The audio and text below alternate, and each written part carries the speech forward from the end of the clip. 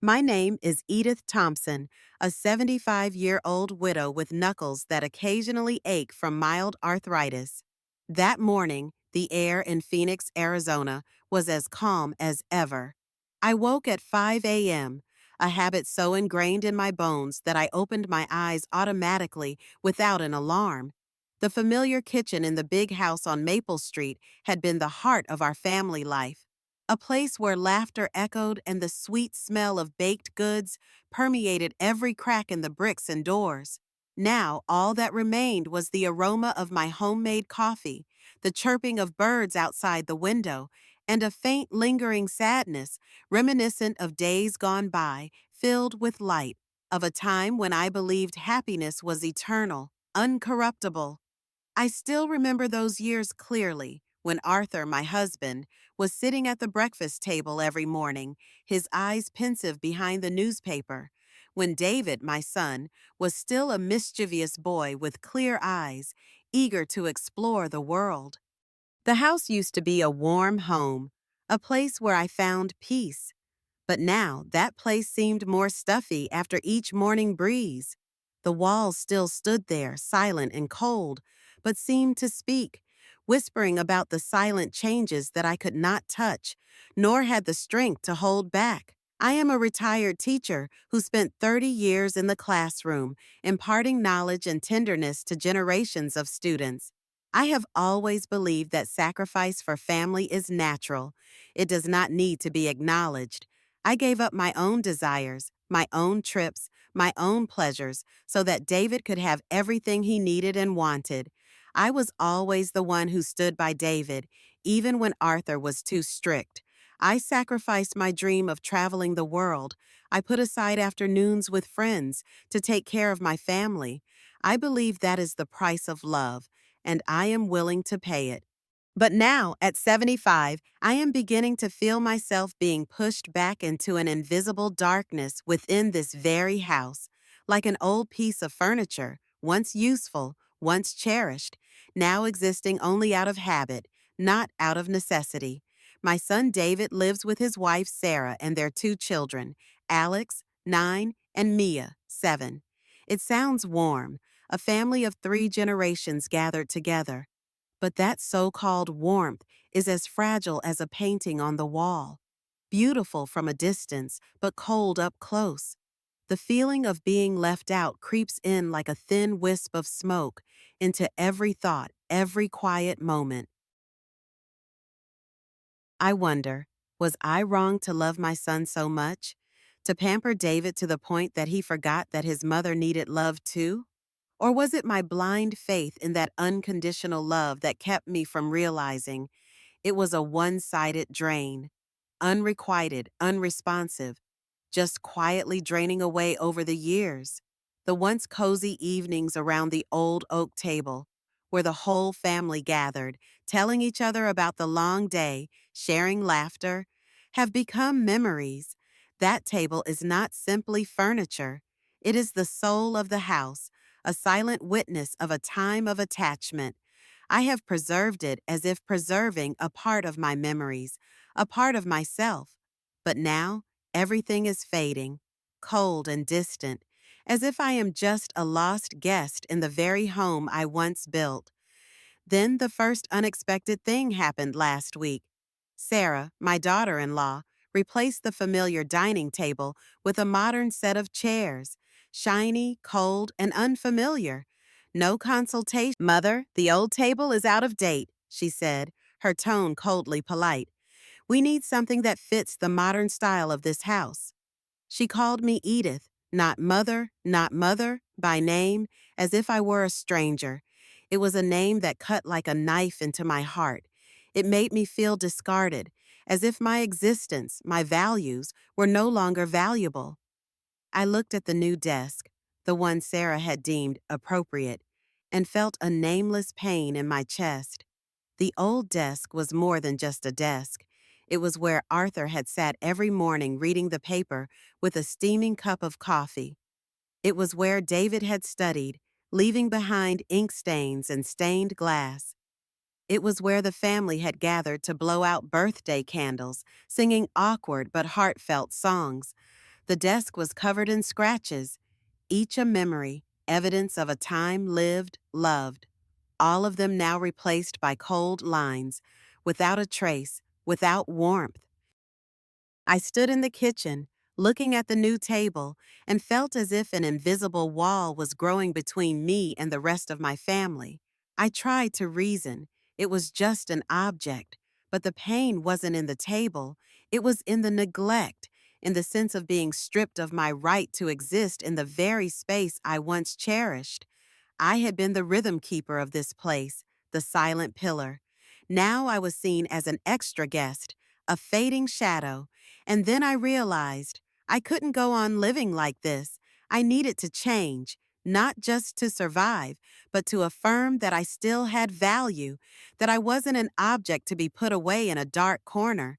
A small, weak but resilient light began to burn inside me. A silent determination formed. I couldn't let things continue to slide like this. I had to do something. My life in this large house was becoming more and more stifling than ever. My room, once Arthur's quiet study, was now the only space I could call my own. It was small, barely big enough to hold a single bed, an old wooden desk, and a frayed-edged wardrobe. I wandered around the house all day, quietly undertaking the nameless tasks that Sarah took for granted, as if they were my inevitable duties. I cook, clean, do laundry, and above all, take care of my two grandchildren, Alex and Mia. Two little lights that shine through my long, monotonous days. I read to them, help them with their homework, and occasionally tell them fairy tales or snippets of David's childhood memories. The two children always listen attentively, their clear eyes shining with curiosity. Those moments make me feel that I still have value, that I can still love and be loved back with sincerity that has not been tainted by life. But Sarah was different. She never once said thank you, not a grateful look, not a gentle gesture. In her eyes, everything I did was a silent duty, a repayment for the privilege of living in a house named after her son. Sarah didn't say much, but what she did say was always a command or a criticism. You should add some spice to this soup, or kids shouldn't watch TV before bed, you know. And I just nodded silently, trying to comply, not out of fear, but because I was tired of pointless arguments. I wanted to keep the peace, at least for the kids. My son David is increasingly immersed in his work. A successful executive, he now lives in a world of his own, where his phone is glued to his hand, where emails and calls constantly pull him away from reality. Whenever I talk to him, David simply replies with a curt, "Yes, Mom," or "I'm busy." I miss the old days when little David would sit next to me, telling me about school, asking me about the big things in life. Now he barely looks me in the eye, making every conversation feel like I'm talking to a wall. The loneliness is growing, silently but persistently. Many nights I couldn't sleep. I lay awake staring at the ceiling, as if there might be an answer. How did things change so much? When did the roof that was once a shelter become a place that made me feel alienated? What had I done wrong? I had sacrificed my whole life for David, for this family. I gave up my beloved teaching job to stay home to look after my grandson when Sarah went back to work. I sold the small house my parents left me to have money to pay for David's university education. When my son was down and needed a support, I was always there. But now, I was just a shadow. No salary, no voice, in the very house I had poured so much effort into building. The loneliness came not just from Sarah's coldness or David's indifference, but also from my gradual disconnection from the outside world. I hardly left the house anymore. Old friends were gone or had moved away. I no longer went to book clubs. I no longer volunteered at the local library. My life had become confined to the same four walls, the same routine, the same familiar yet unfamiliar faces. I had been a beloved teacher, standing on a podium with eager eyes watching me. I had been listened to, respected. Now, all that was just a memory, and I didn't know if I would ever feel that way again. That afternoon, while I was helping Mia color a picture, she looked up at me with sparkling eyes. "Grandma, why don't you smile more?" The innocent question was like a sharp cut. I suddenly realized how long it had been since I had smiled, truly smiled, a smile that wasn't forced, that didn't hide the fatigue cracking inside. I gently stroked her soft hair, trying to smile brightly, but I knew I was only covering up a deep void, something that nothing could fill. Outside the window, the sun was slowly setting, dyeing the sky with soft orange-yellow streaks. I saw the old lady next door watering her plants, smiling at a friend passing by. A loving look, a simple greeting. To others, it might be a small thing, but to me, it was a luxury. I craved someone to truly listen. I craved the feeling of belonging, not standing on the sidelines, not waiting for acceptance. I told myself I can't let the remaining days pass by in silence and sadness like this. I have to change. I have to do something to keep the part of me that hasn't disappeared before everything falls to ashes. But how to change, I don't know yet. I only know that this loneliness is seeping into every breath, gnawing at every vein like a memory that refuses to sleep. And I understand. I can't continue to live in silence and endure anymore. One afternoon, my oldest nephew, Alex, came home with an A+ on his math test. He showed it to me, his eyes sparkling with pride. As someone who has spent my entire life with chalk and blackboards, nothing makes me happier than seeing my students, or my nephews, reap the rewards of my hard work. I hugged Alex, complimented him, and then, as a natural reflex, I began to tell him about his father David's school days. "You know, your father was also very good at math when he was young. One time, no one in the class could solve a difficult problem, but your father did. The teacher had to call my grandmother aside and praise her endlessly. Back then, your father loved books. She always encouraged him to explore and discover, because she believed that learning was not just about memorization, but a journey of self-development." I was smiling, lost in a gentle stream of memories, when Sarah, my daughter-in-law, suddenly appeared in the doorway of the living room. She stood there, arms crossed, her eyes filled with undisguised annoyance. Her voice was cold and decisive, interrupting my story. "Mom, I think your way of raising children is outdated. Nowadays, we should not overemphasize results. What matters is the learning process, the effort, not the score." Then she continued evenly but sharply, "Repeating old achievements only makes children feel pressured and compared." Each word was like a small needle, stabbing into my heart. 30 years of teaching, 30 years of imparting knowledge, nurturing students' souls, seemed to have no weight to Sarah. I had been an exemplary teacher, trusted by parents and respected by colleagues. I had taught more than knowledge. I had taught kindness, patience, and discipline. And now, all of that had been dismissed with a single judgment: outdated. Sarah's words were like a slap, not just painful, but deeply hurtful, especially in front of my nephew, a child in whom I was trying to instill the seeds of trust and love of learning. Although I felt humiliated, I chose to remain silent. I knew that a rebuttal would immediately ignite the atmosphere, and I didn't want Alex to see that. I nodded slightly, hiding the disappointment that was rising in my chest. Alex turned to look at me, his eyes flickering with hesitation and regret, as if he sensed something was wrong. Sarah stepped into the room, her voice softer, but still teaching. "You know, times are different. We need to use modern education methods, suitable for the new world. Clinging to old things will hold us back." Then she glanced at me, turned to Alex, and smiled wryly. "Come on, go do your homework. Remember to understand, not just do it." Alex obediently left, but I could see the light in his eyes had gone out. He looked back at me again, a look that was a silent apology. I sat silently in my chair, my heart heavy. I felt like I had lost something sacred, not just a small conversation, but the right to be present, to share, to pass on the values of life that I once believed were at the core. From that day on, I never dared to mention school or the past to my grandchildren.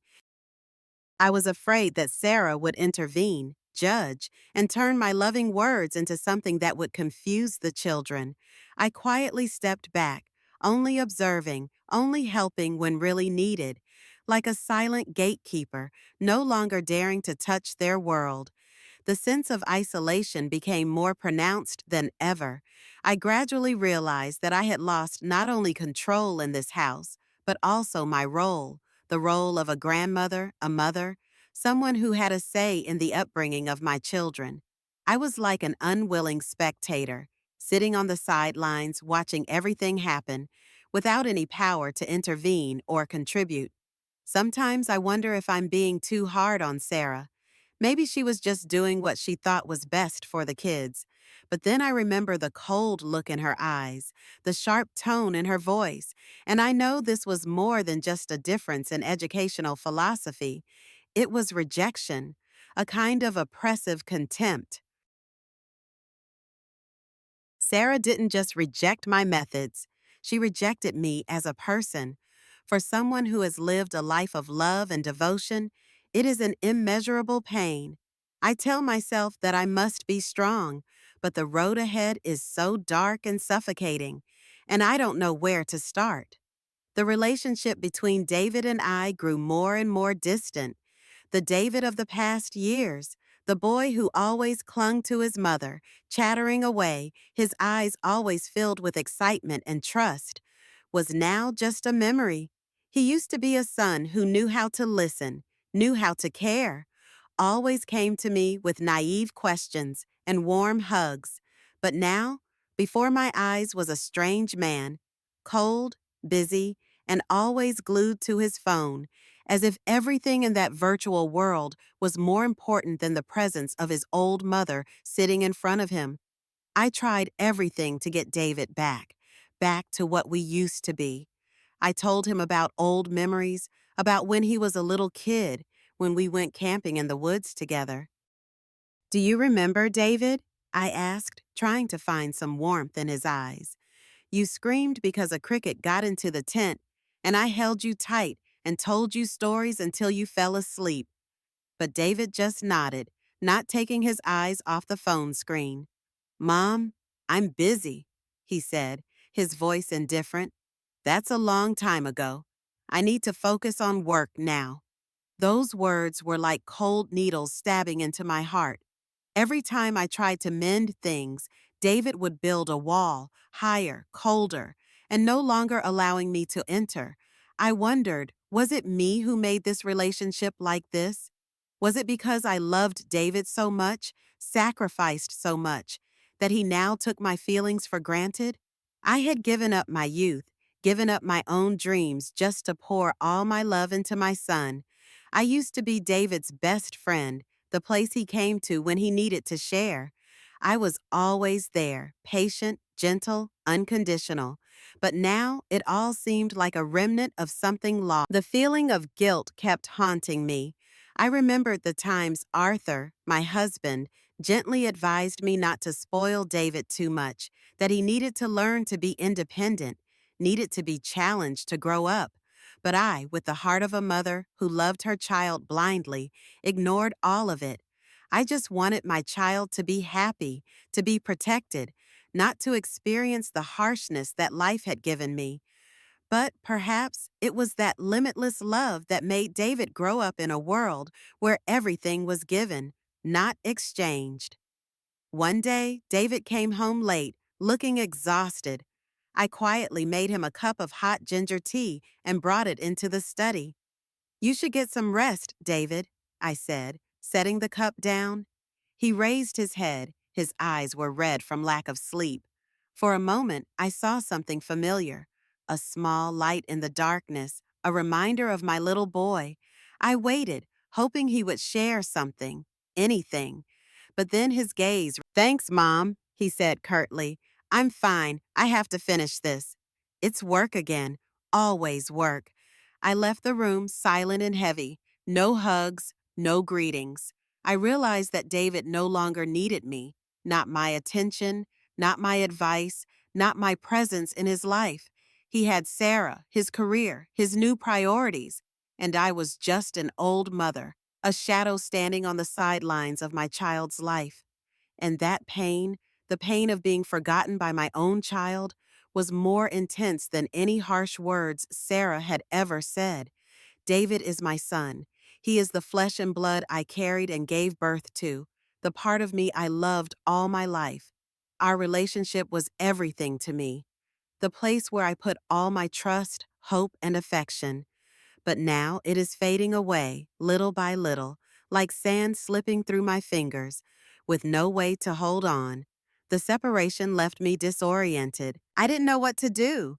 I cooked my child's favorite dishes, asked about work, tried every way to reconnect, but it was all in vain. I felt like I was sinking into a cold abyss of loneliness and despair. I didn't want to live a life like this, a life where the child I loved the most turned away, indifferent as if there was never a memory worth keeping. I want David back, my David, with his clear eyes and his small arms. But I know that will probably never happen again. And that truth, as painful as it is, I have to learn to accept. I needed a change, something bigger than anything I had ever thought possible. One evening, as I sat quietly reading in the living room, something unexpected happened. A glimmer of hope suddenly crept into my heart. David and Sarah walked in, looking more excited than usual. David sat down in the chair opposite, and Sarah leaned lightly against the door frame, smiling, which I could tell was a little forced. "Mom," David said, his voice tinged with excitement.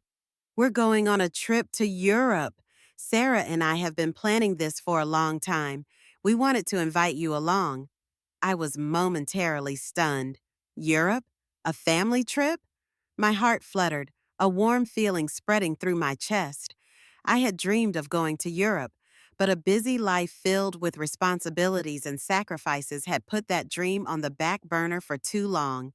Perhaps this was the chance to mend the rift between David and me, a chance for me to feel like I belonged to a place called family. I looked at David, my eyes filled with tears. "Really, son? Can I really go with you?" "Yes, of course, Mom. It would be great if you went. The kids would love to have you around," Sarah added quickly, her voice deliberately sweet. "You could help us look after Alex and Mia, too. We'll be busy."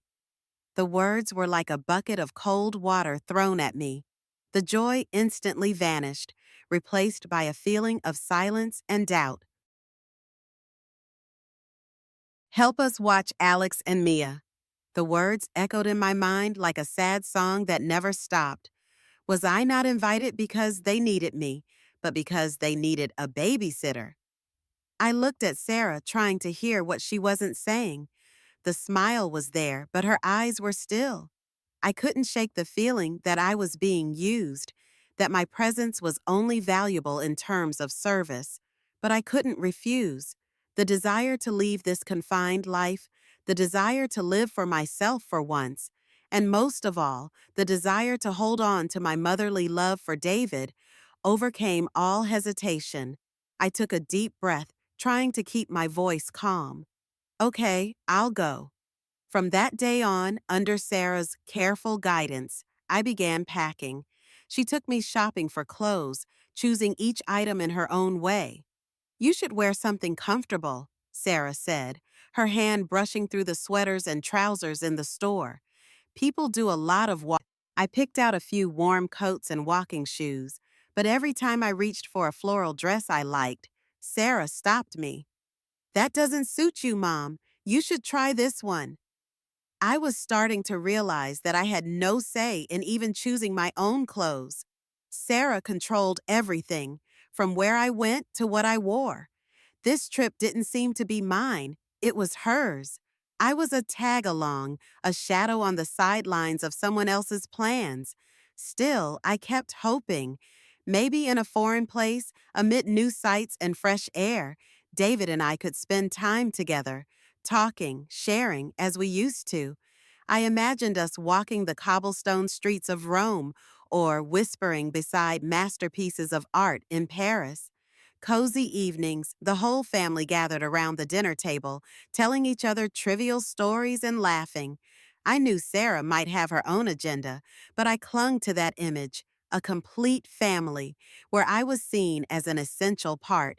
I carefully packed each set of clothes into the suitcase. The sweet smell of new fabric and a feeling of excitement crept into my chest. After so many years of living a quiet life, perhaps this was my chance to renew myself, to see the world out there, to feel the joy I had lost. I told myself no matter what Sarah meant, I would enjoy this trip. I would open my heart. I would seize every moment to reconnect with David, to prove that I was not just a silent maid, but David's mother, Alex, and Mia's grandmother. An indispensable piece of the family puzzle I had cherished all my life. And then the day arrived. Our journey began in Rome, the eternal city. But from the moment we arrived at the hotel, I had a vague sense that something was wrong. While David, Sarah, and the two children were given bright, spacious rooms with balconies overlooking the street, I was shown to a small, dark room at the end of the corridor, tucked with no windows, just enough room for a single bed and a rickety wardrobe. The room smelled of dampness, and the dim light from the hallway only added to the gloom. "This room is for Mom," Sarah said, her voice matter of fact. "It's compact and comfortable enough for her to rest after her travels." David stood by, silent.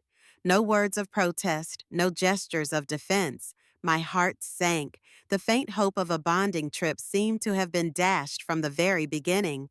After checking in, David and Sarah quickly discussed the itinerary. They assigned me to look after Alex and Mia.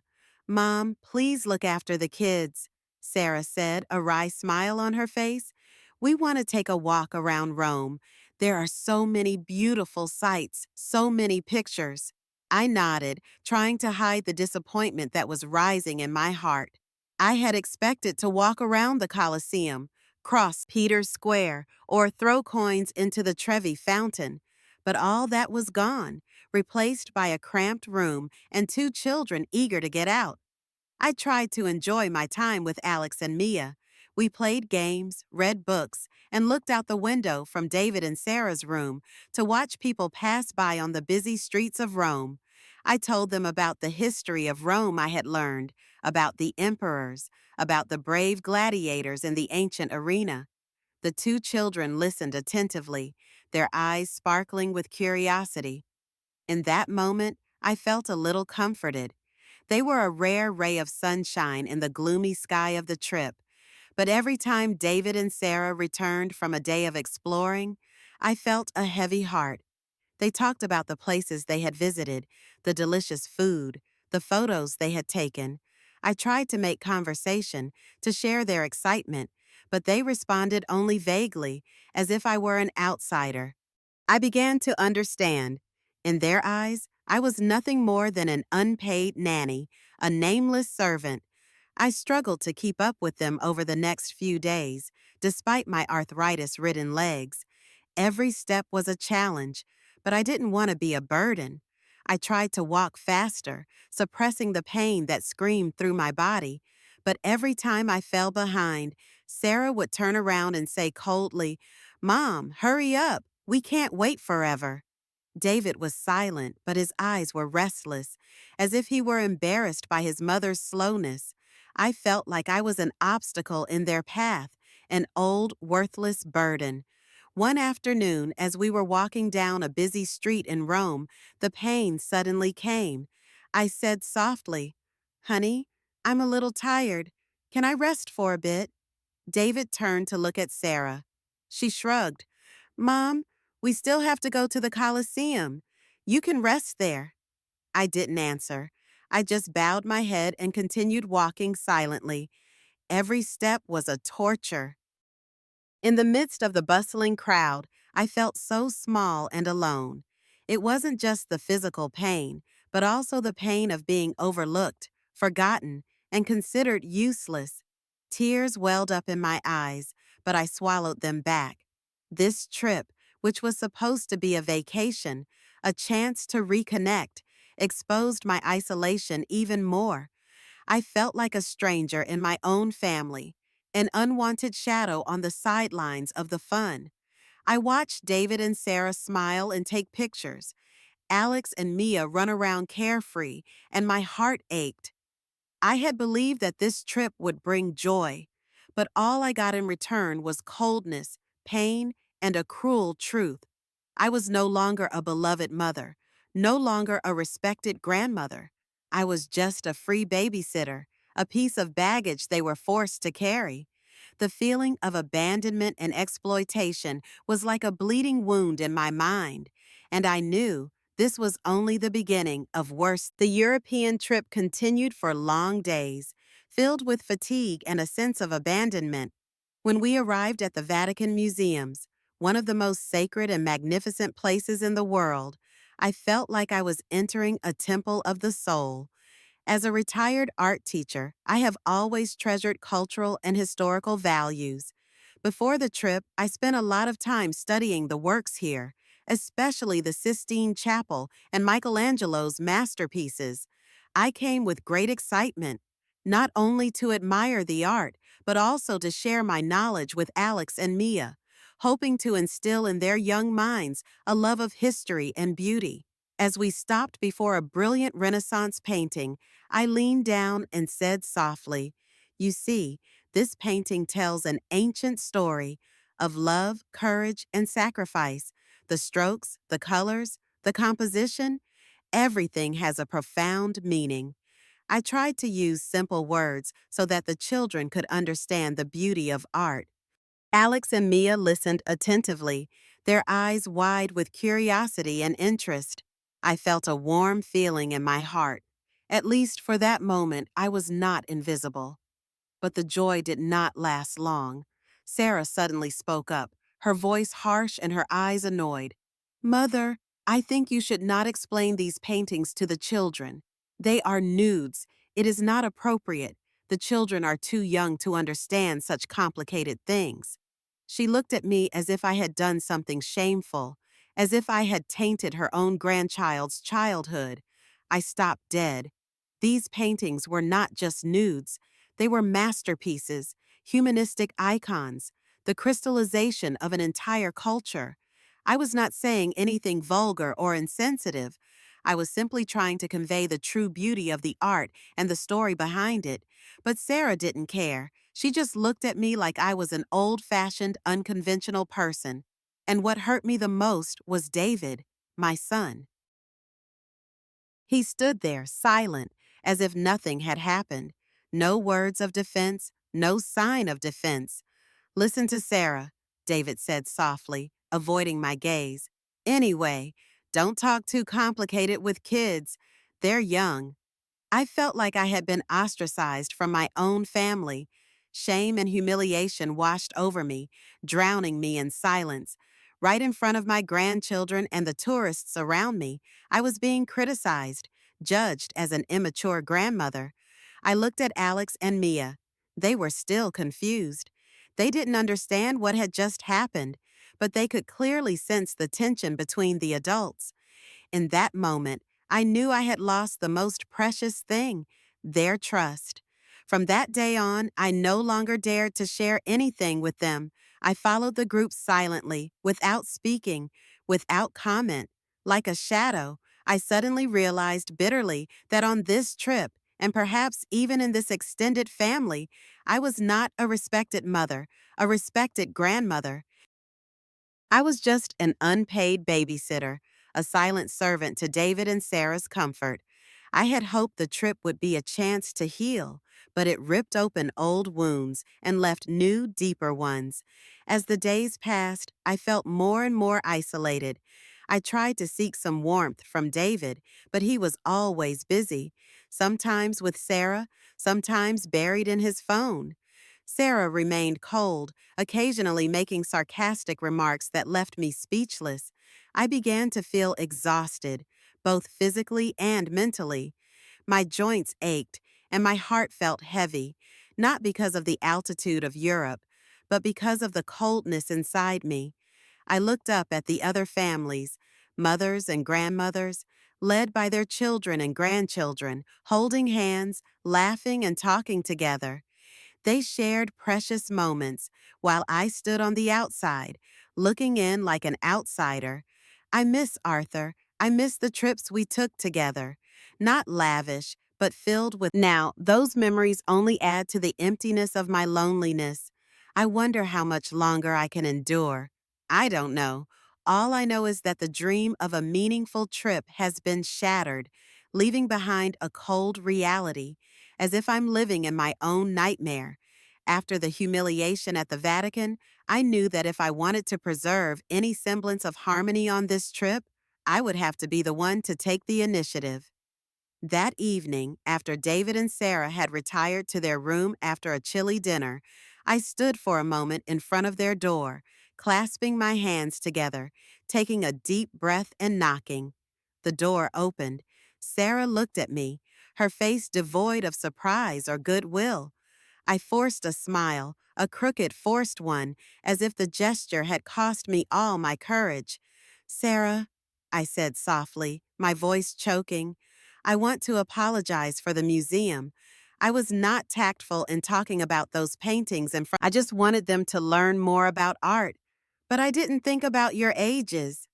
Sarah crossed her arms, her eyes cold as if I were an intruder.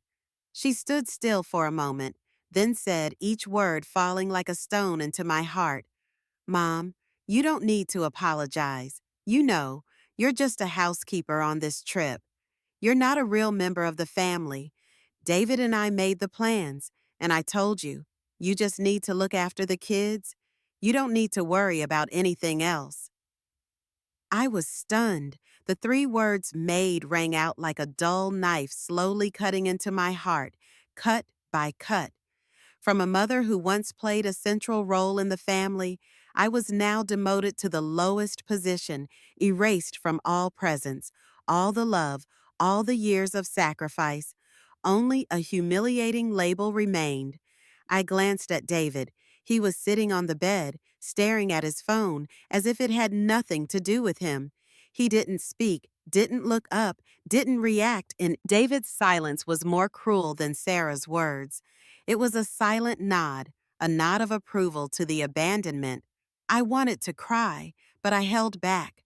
I couldn't allow myself to be weak in front of Sarah. I just nodded, my voice choked in my throat. "I understand." Then I turned away, each step carrying both shame and despair. My small makeshift room was now like a cold cave. I collapsed on the bed, letting the tears flow. The feeling of being completely rejected, of being erased from my family, was a pain that no words could describe. Despite my broken heart, I could not abandon this trip, partly because I had no other choice, but most importantly, because of Alex and Mia. My two little grandchildren were the only remaining light in my life. They were innocent, naive, and I could not let them witness the cold breakdown of adults. I wanted them to have happy memories, a pure childhood without bitterness. For them, I could swallow my tears, could endure. The next few days in Europe were a nightmare. I literally lived in the shadows, quietly taking care of the children, cooking, cleaning. Whatever Sarah said, I did. I didn't dare to make any suggestions, didn't dare to express anything. I became a literal helper, invisible, voiceless, emotionless. I watched David and Sarah happily walking hand in hand, taking pictures, enjoying lavish meals. I was painfully jealous. I had such a life, happy, fulfilled, loved. Now it was all gone. I longed to go home, to my own little house, where I could cry alone without fear of being seen, without having to hide. I wanted to escape Sarah's cruel control, to escape my son's cold gaze. The trip that I had hoped would be a chance for healing had ended up being a journey of mental torture. I was no longer a mother, no longer a grandmother. I was just a burden, an unnecessary thing in my own family. That truth haunted me every hour, every minute. And I knew if I didn't do something, I would lose the last part of myself. After a few tense days in Rome, we arrived in Venice, a dreamy city with winding canals and gondolas slowly drifting through the water. For a long time, I had dreamed of setting foot in this place, sitting on a jet-black boat, quietly watching the ancient buildings reflected on the sparkling water. But now, in the current situation, all that beauty seemed to only highlight the loneliness that was gnawing at me every hour. I still played the role of a babysitter, quietly on the sidelines, and my mood was like the water of Venice that day, calm and melancholy. As the family strolled along a small canal, I watched the gondolas pass by and suddenly remembered an old memory between David and me. A faint hope crept into my heart. I turned to him, trying to evoke, "Do you remember that trip to New York, David? When you were little, we went on a gondola ride in Central Park, and you enjoyed feeding the pigeons the whole time." I looked into my son's eyes, hoping for a nod, a small smile, or simply a little warmth from the memory that I had once treasured. But David just glanced at me, his gaze fleeting. "Mom," he said, his voice curt and cold, "that was a long time ago. I have work to do now and plans for tomorrow. We should focus on the present. There's so much to see in Venice." With that, David turned back to his phone, flicking through the screen as if his whole world existed there. Work, pictures, plans, but not me. Those words were like a bucket of cold water thrown straight into my face. I was stunned. The sacred memory that I had cherished for so long was mercilessly swept away, as if it had never existed. I realized that David, the child I had held, loved, and watched grow up, had truly left me. He no longer needed his mother, no longer needed the past, no longer needed a connection. The pain was deep, like a silent knife piercing my heart. I looked at David, then at Sarah, happily taking pictures with Alex and Mia, and felt like an invisible shadow lost in the family scene. The trip that I had hoped would be a bond of connection now only highlighted my isolation and abandonment. I no longer belonged here, no longer belonged to them. The days in Venice passed quietly. I continued to fulfill my duty, taking care of my two little grandchildren, but my heart had grown cold. I no longer had the strength to hope, nor the courage to dream. I just wanted the trip to end quickly, so I could return to my familiar little room where I could be weak, cry alone without being judged. I looked at the tourists around me, old couples walking hand in hand, families laughing and talking, and felt a pang of jealousy. I remembered the trips I had taken with my husband Arthur, simple and full of love. No need for luxury, no need for flashy photos, just each other. Now, those memories no longer warm me, they only make me colder. I began to understand that perhaps I had been too blind to hope for this trip. David was no longer the son I knew. He had grown up, chosen his own life, a world in which I no longer belonged. And I could no longer continue to live in illusions. I needed a change, not from them, but from myself. This trip, in the end, taught me a painful but necessary lesson. Happiness cannot be expected from others. I have to be the one to find it myself, with my own feet, with my heart that has become callous after so much pain. After days of walking tiredly and hurtly through Rome and Venice, we finally arrived in Paris, the city of light where people still dream of love, art, and wonder. But for me, that light could no longer reach me. No matter how beautiful the scenery was, my heart was still dark. I was exhausted, physically and mentally. Sadness had taken root in my heart like a parasitic plant, draining my life force day by day. All I wanted was for this trip to end quickly so I could return to the familiar solitude, at least where no one would hurt me anymore. One night, in my small, dark room, still the worst in the hotel, a silent reminder of my place in this large family, I tossed and turned, unable to sleep.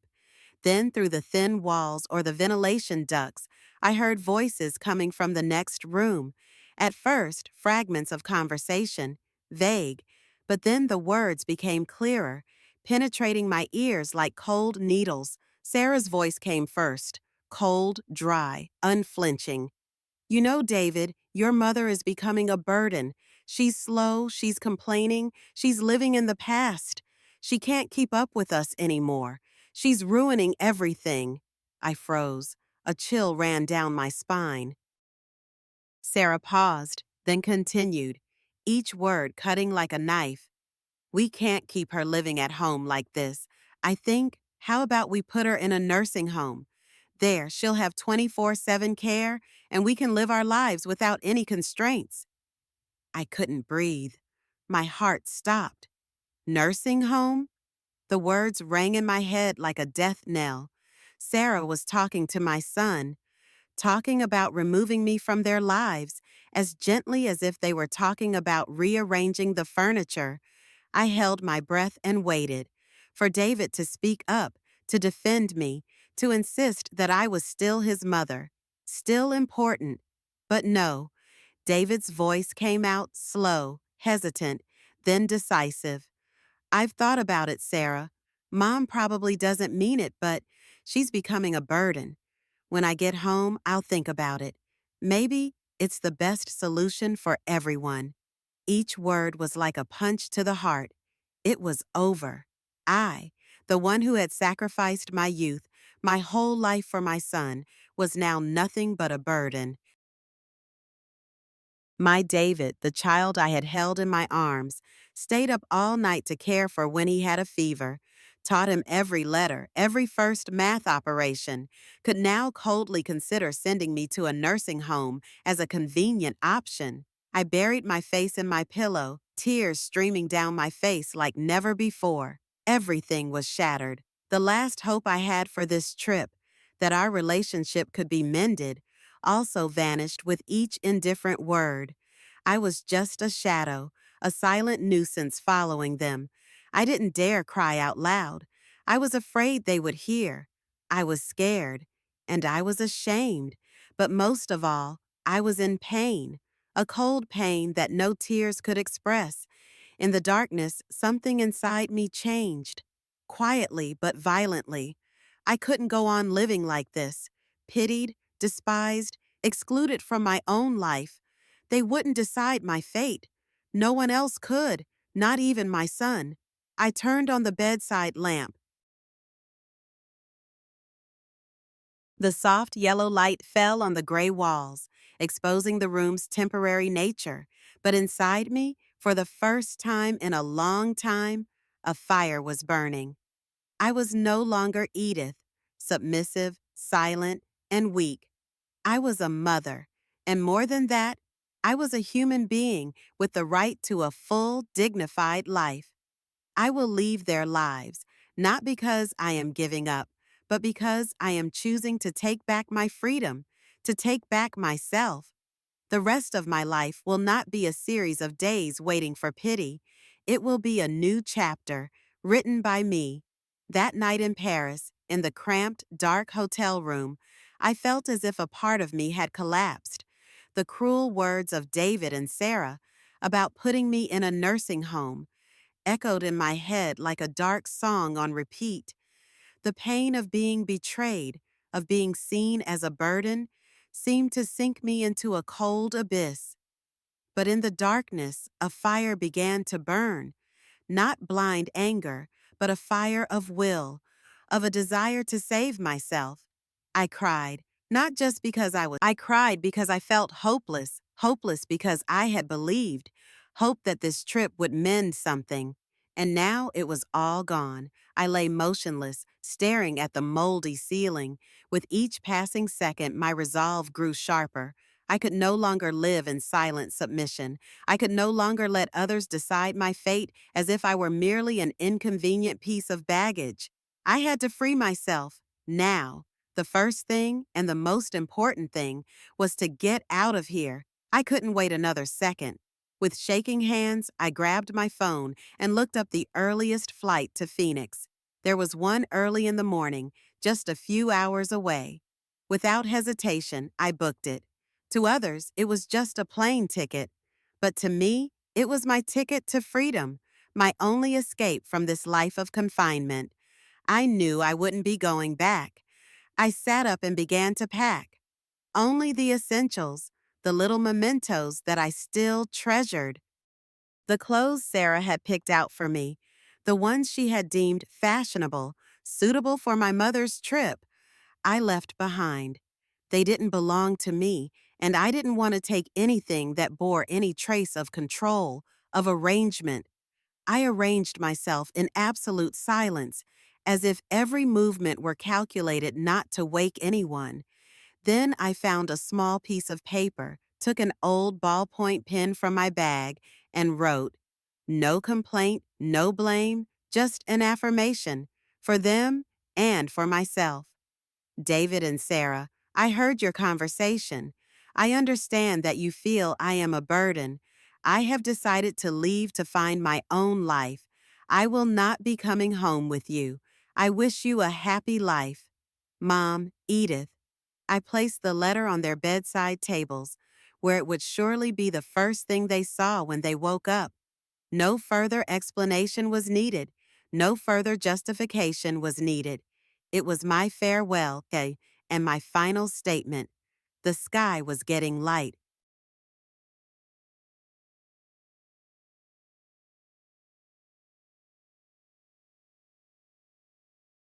I looked at my watch. Less than an hour until I had to leave the hotel. I stood up, looking around the room one last time. The room where my heart was broken and where I found my will to live again. I opened the door, stepping out as gently as I had lived before, silently, quietly. The hallway was still dark, the dim yellow light shining on the rough old tiles. I walked down to the hotel lobby. It was so quiet I could hear my heart beating.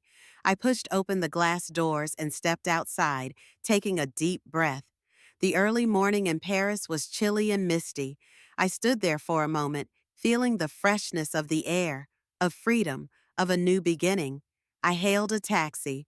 As the car pulled away from the hotel, I glanced back one last time. The hotel, hidden in the heart of Paris, faded from my rearview mirror, like a piece of the past that had just been severed.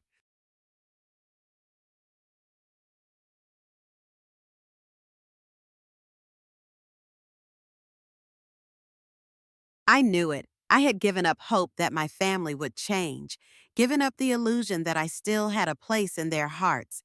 But I was no longer the weak Edith of yesterday. I had chosen a different path, a path of independence, courage, and no room for resignation. I am Edith, the woman who stood up for herself, for dignity, for freedom.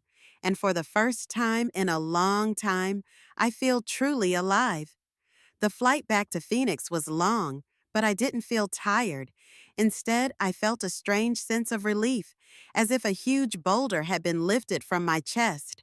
Every mile brought me closer to freedom from the invisible chains that had bound me for so many years. As the plane touched down at Sky Harbor Airport, I took a deep breath of the dry, familiar Arizona air. I had only been away a few days, but it felt like a lifetime. Standing in the middle of the arrival hall, I nervously looked around.